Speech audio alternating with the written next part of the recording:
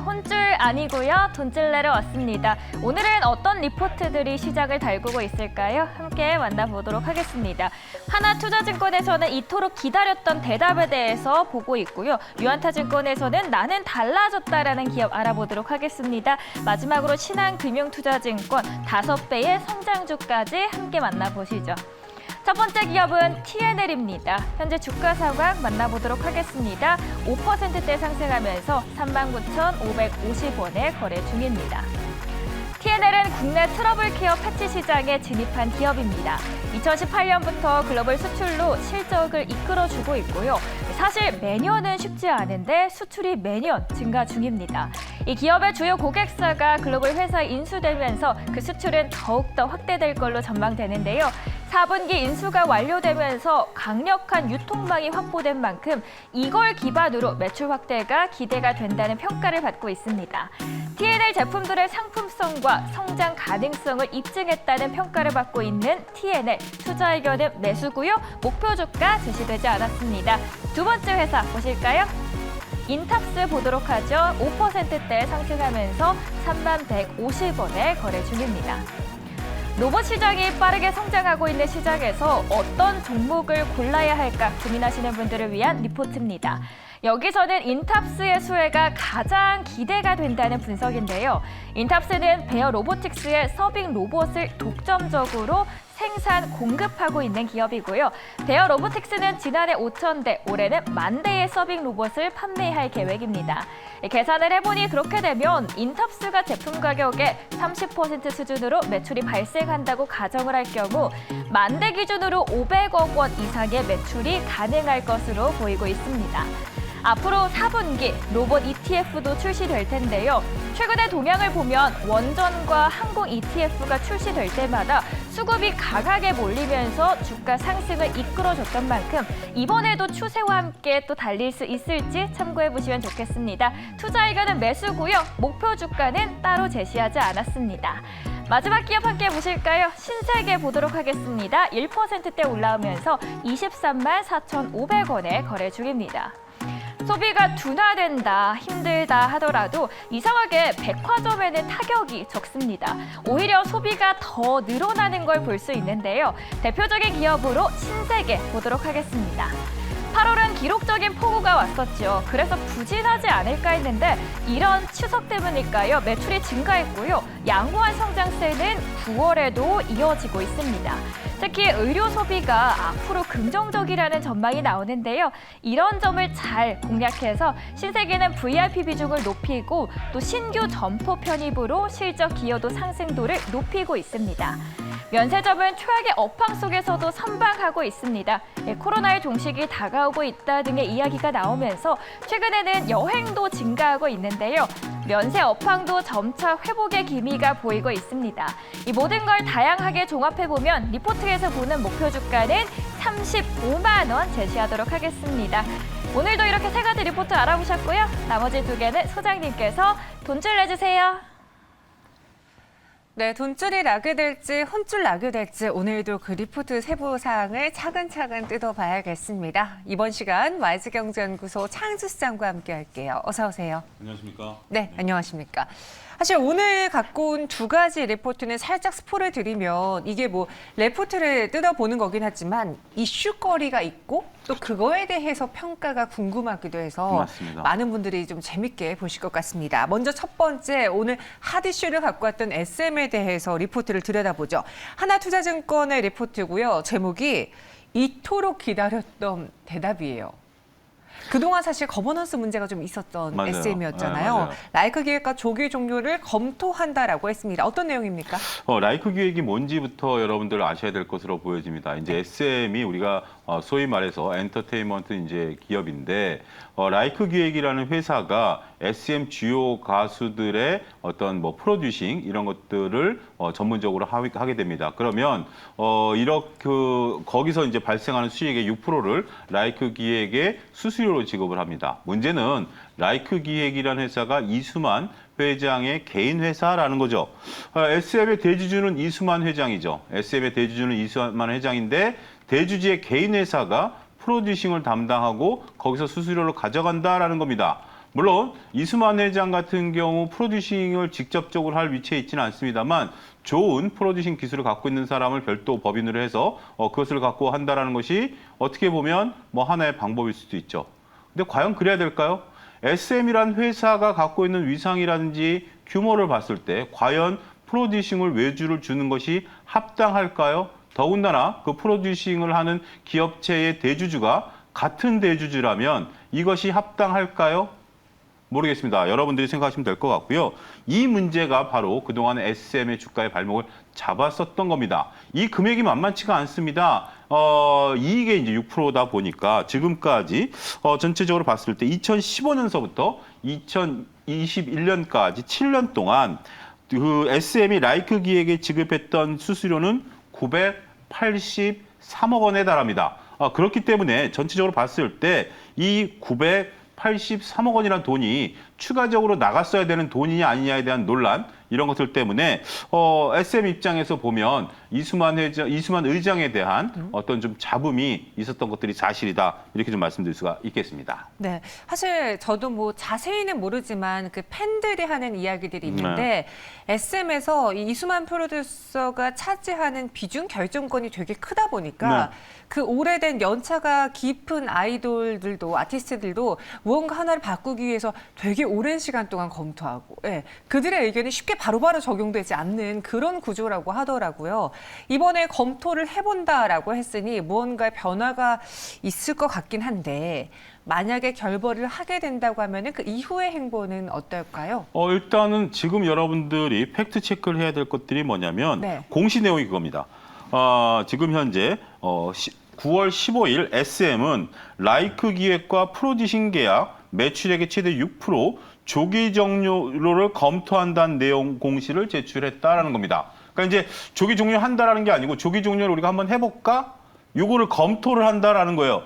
자, 내가 정현 아나운서랑 오늘 점심을 먹을 것을 한번 검토를 해볼까? 이 얘기인 거예요. 점심을 먹겠다라는 게 아니라 그런 거기 때문에 어떻게 보면 시장의 반응을 한번 떠보겠다라는 의견으로 보여집니다.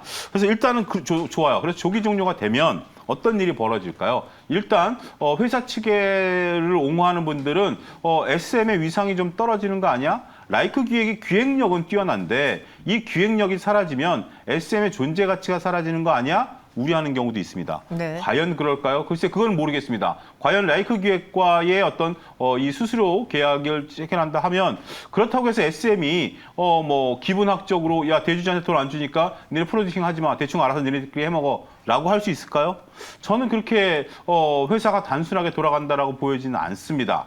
이게 저는 어떻게 보면 이중과세라고 보여지는 부분들이기 때문에 저는 일단 긍정적으로 보고 싶은데 어떠한 결정이 내릴지는 주주 여러분들의 어떤 뭐 목소리가 필요하다라고 봐요. 우리가 하이브 같은 경우 BTS에 대한 군대 문제가 불거진 이후에 방시혁 의장이 언론에 사라졌잖아요. 그거를 주주분들이 계속해서 저는 성토해야 된다라고 말씀을 좀 드린 바 있고요. 지금 이 사태도 주주 여러분들 입장에서 본다라면 합리적이다라면 여러분들이 가만히 계셔도 되지만 불합리적이다라고 한다라면 계속해서 목소리를 높이셔야 되고 그러면 결국 종료가 돼서 이렇게 되면 전체적으로 봤을 때 만약에 그 종료가 돼서 지급하는 수수료가 지급이 안 되면 내년에 이익이 약 297억, 300억가량이 늘어날 수 있다라고 보여지기 때문에 이거는 매출과 상관없이 수수료를 지급하는 거니까 글쎄요. 그러면 주가에는 좀 긍정적이지 않을까 싶습니다. 네.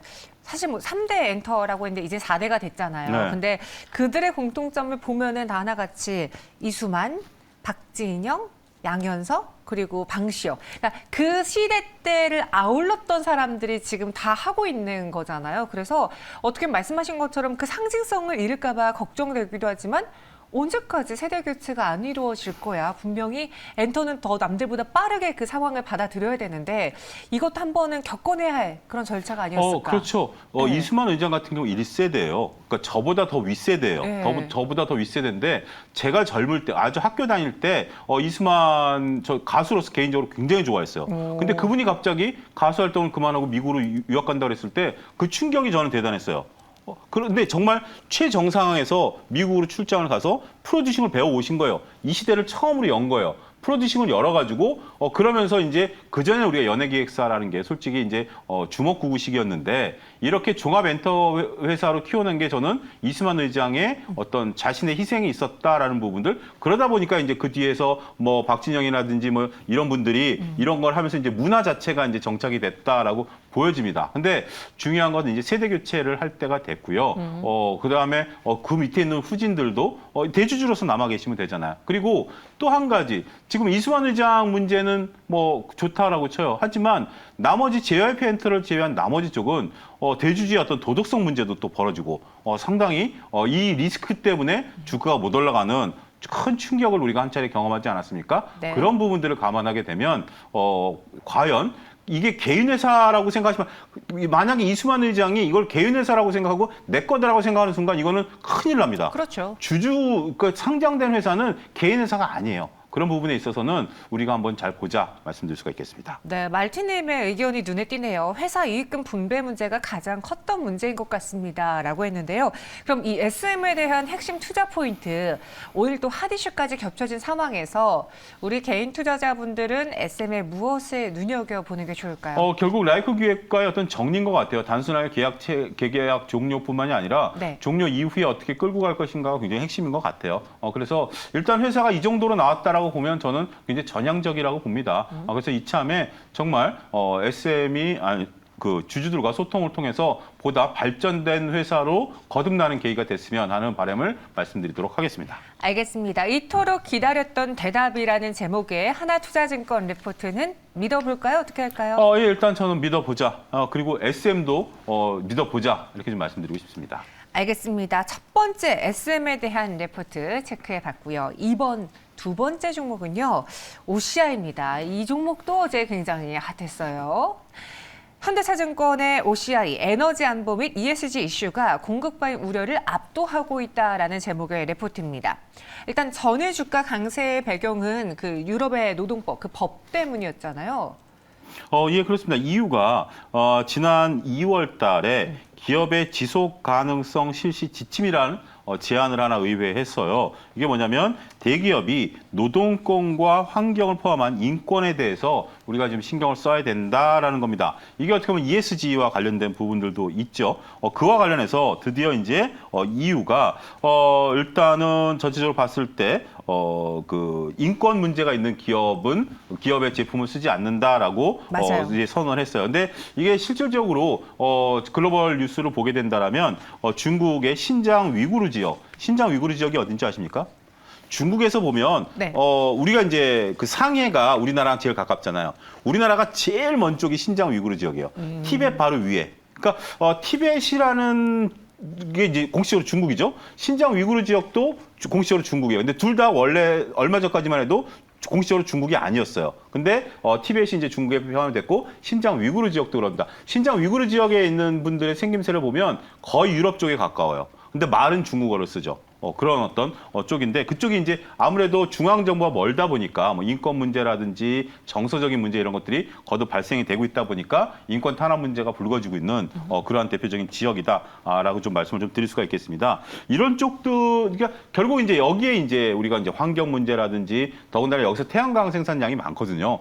그러다 보니까 이것을 직접적인 겨냥을 했습니다만 인권 문제를 건드리면서 지금 이제 미국이 이 전기차 하면서 미국과 FTA 협정을 안 맺은 국가라고 애들러서 중국을 표현하듯이 네. EU도 결국 인권 문제를 통해서 이것을 하게 된다라면 이쪽 태양광 쪽에 제품이 유럽이라든지 미국 쪽으로 못 갈 가능성이 크다. 그러면 우리가 반사이익을 얻는 거 아니겠는가? 이 부분이 부각이 됐다. 이렇게 말씀드릴 수가 있겠습니다. 네. 이 사실 그 강제노동 금지법에 따라서 중국 쪽으로 손을 못 벌린다면은 과연 이 태양광 시장에 어느 쪽으로 손을 벌리게 될까? 그게 바로 우리의 것이다, OCI일 것이다 하면서 오른 거잖아요. 그럼 그 금지법에 따른 추진 여파에 대해서 우리는 그냥 마냥 좋은 이야기야라고 받아들여야 되는 가는 무언가 또 핵심 내용들이 있습니까? 일단 우리가 여기에 걸림돌이 되는 건 아니에요.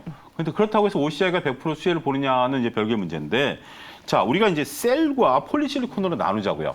최근에 우리가 OCI가 부각되기 전에 어떤 게 올랐죠? 하나솔루션이 올랐죠. 하나솔루션은 뭐 하는 회사죠? 셀 모듈이죠. 셀과 모듈 쪽에 있기 때문에 이게 미국의 IRA법에 따라서 수혜를 볼 것이다라고 해서 하나솔루션이 올랐어요. 근데 폴리실리콘은 실질적으로 이제 우리나라랑 중국의 생산량이 많다 보니까 이쪽 법의 수혜를 못 받을 것이다라고 해서 상대적으로 못 올랐어요. 근데 자, 폴리실리콘만 놓고 보면 중국을 뺐을 때 전 세계에서 폴리실리콘 생산 능력이 가장 좋은 나라 어디? 대한민국 OCI밖에 안 나와요. 그러니까 물론 이제 미국에도 회사가 있고 프랑스도 회사가 있긴 한데 규모가 그렇게 크지는 않아요. 그래서 상대적으로 전 세계에서 폴리실리콘을 중국 빼고 안정적으로 공급할 수 있는 회사는 OCI다 보니까 OCI가 지금 부각이 돼서 움직이고 있다. 이렇게 좀 말씀드릴 수가 있겠습니다. OCI에 대한 투자 핵심 포인트를 짚어보겠습니다. 앞서 이제 하나솔루션 이야기도 해주셨는데 사실 주가만 봤을 때에는 하나솔루션과는 조금 달리 OCI의 경우에는 그동안 좀 지지부진하고 부침을 겪기도 했었어요. 그것에 대한 배경으로 폴리실리콘 가격에 대한 연동도 너무 크고 네, 맞아요. 2020년에 시황을 제대로 읽지 못해서 공격적인 투자를 했어야 되는데 오히려 발을 뺀 게 또 걸렸다라는 평가도 받던데 네. 차영 소장이 바라보고 있는 OCI의 핵심 포인트는 무엇이라고 보십니까?